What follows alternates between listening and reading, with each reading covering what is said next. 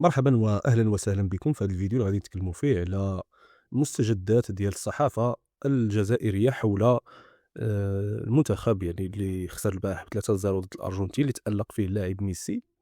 يعني الصحافه الجزائريه علمت مجموعه يعني من الاخبار اللي من بينها ميسي يلقننا درسا كما بان هنايا، وداروا تصويره ديال بيتكوفيتش والصوره ديال ميسي وديال الحارس لوكا زيدان كما كتشوفوا. أعلن فلاديمير بيتكوفيتش أنه لا توجد خطة لمواجهة ميسي، وهذا بلا شك خطأ فادح في الواقع. تألق اللاعب المخضرم البالغ من العمر 39 عام في وسط الملعب مسجلا 4 أهداف، من بينها هدف ألغي بداعي التسلل، وفشل خط الدفاع الأول للجزائر بقيادة نبيل بن طالب في إيقافه. أما بالنسبة لبقية اللاعبين باستثناء ريان أيت النوري وإلى حد أقل إبراهيم مازا، فقد كافح اللاعبون الآخرون لإيجاد إيقاعهم، على الرغم من أن فارس شيبي قدم شوطا أولا جيدا للغاية بأسلوب هجين. الخبر الثاني: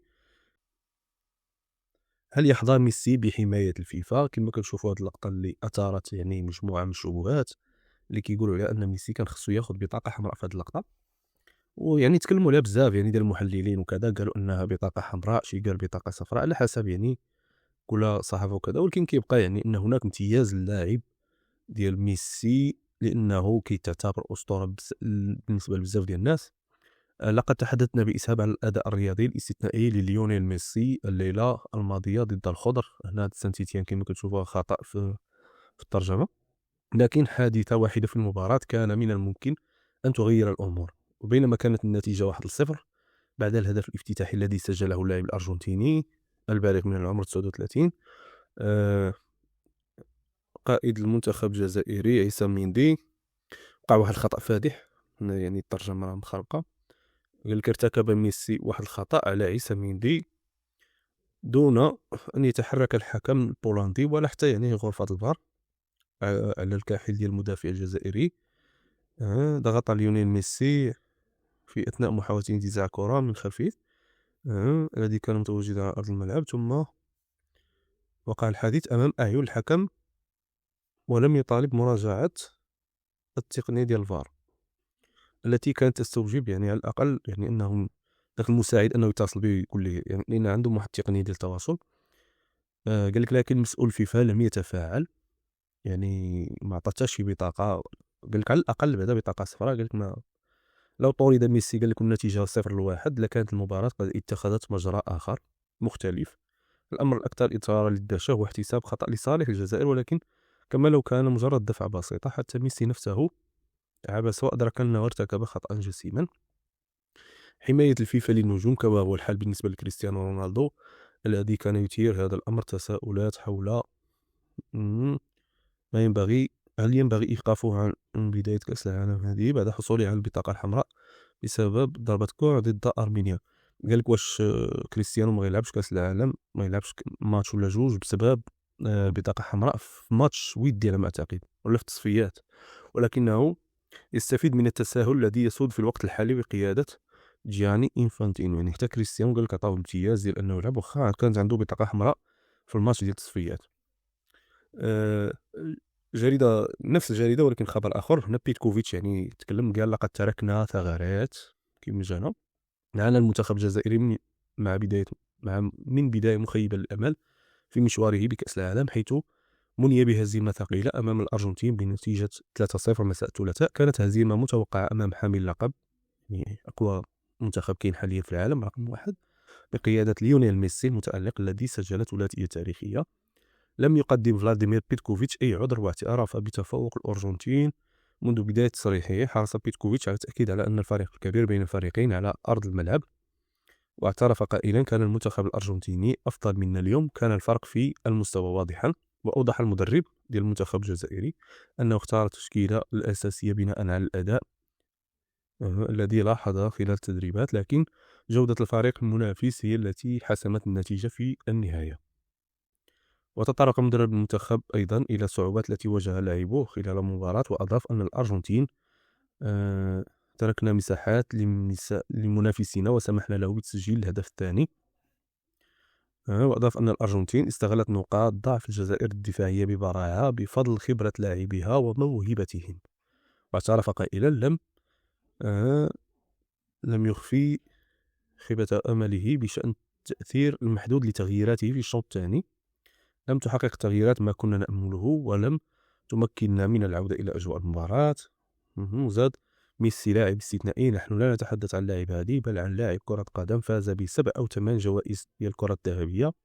عندما يكون ميسي هادئا ذهنيا في اللحظات الصعبة يصبح لاعبا استثنائيا يجعل الأمور سهلة ويحقق المستحيل. إنه عبقري لسنوات عديدة وهو يقدم أداء مذهلا على أرض في كرة القدم. الملعب في كرة القدم يلعب المنتخب الأرجنتيني ويستفيد من قدراته الاستثنائية.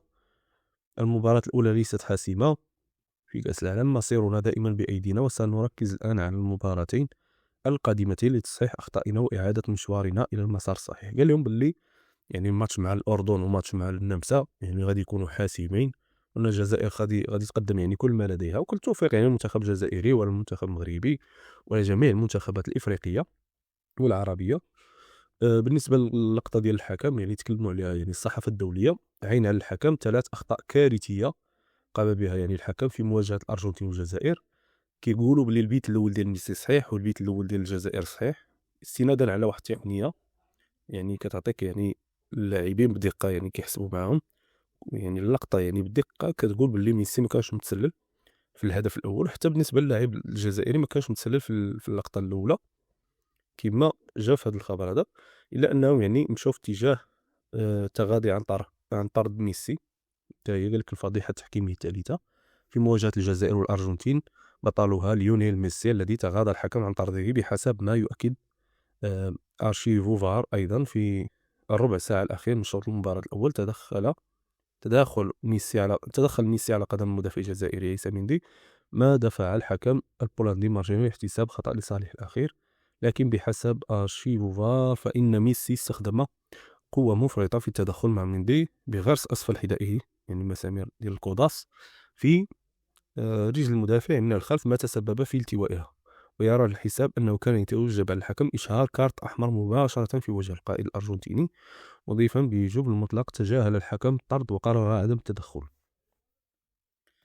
الصحافة دابا ندوزو الصحافة المغربية كاتبة ميسي يكشف سر البكاء بعد الهدف الأول في مرمى الجزائر. ميسي مسح ليونيل ميسي دموعه بقميصه وقد بدأ متأثرا بشدة عقب تسجيله الهدف الأول للأرجنتين في مرمى الجزائر خلال أولى مباراته في نهائيات كأس العالم 2026.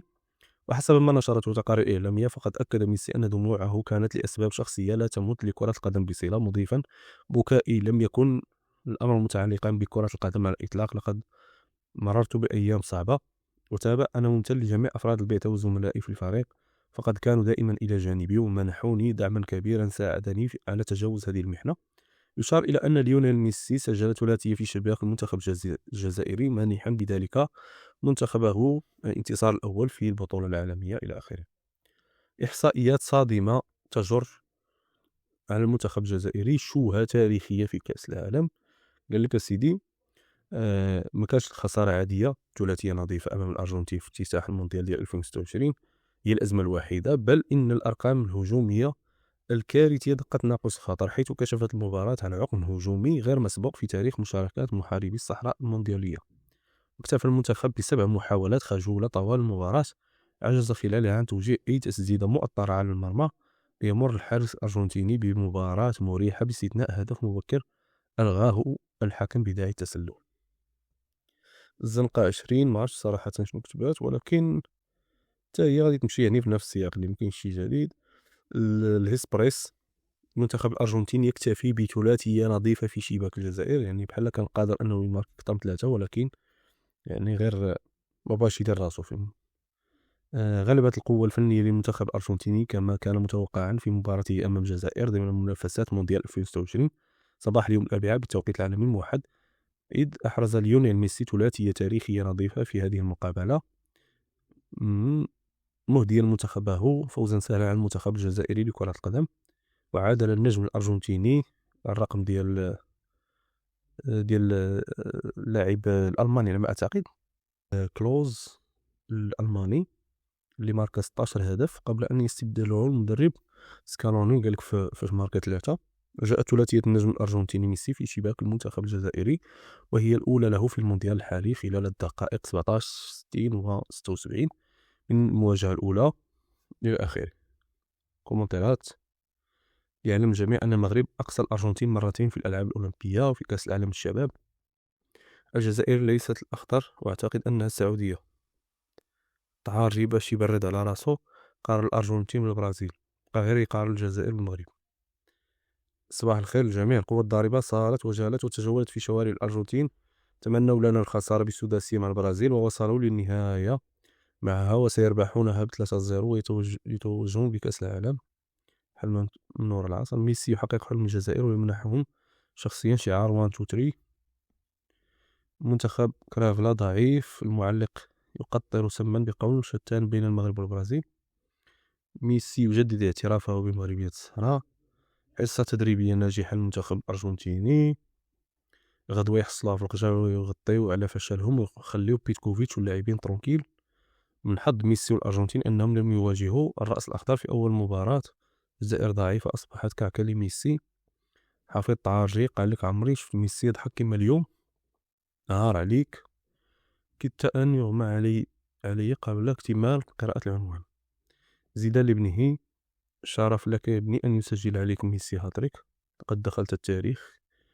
سلخة معتبرة وشوهة عالمية. ثلاثية فقط. كان بإمكان منتخب الأرجنتين تسجيل أكثر لكنهم اكتفوا بثلاثية. اللهم لا شماتة. المهم بزاف ديال الكومنتيرات اللي في نفس السياق بحال هكا. اكتبوا لي في الكومنتيرات شنو بالكم. تحياتي لكم، إلى خبر قادم.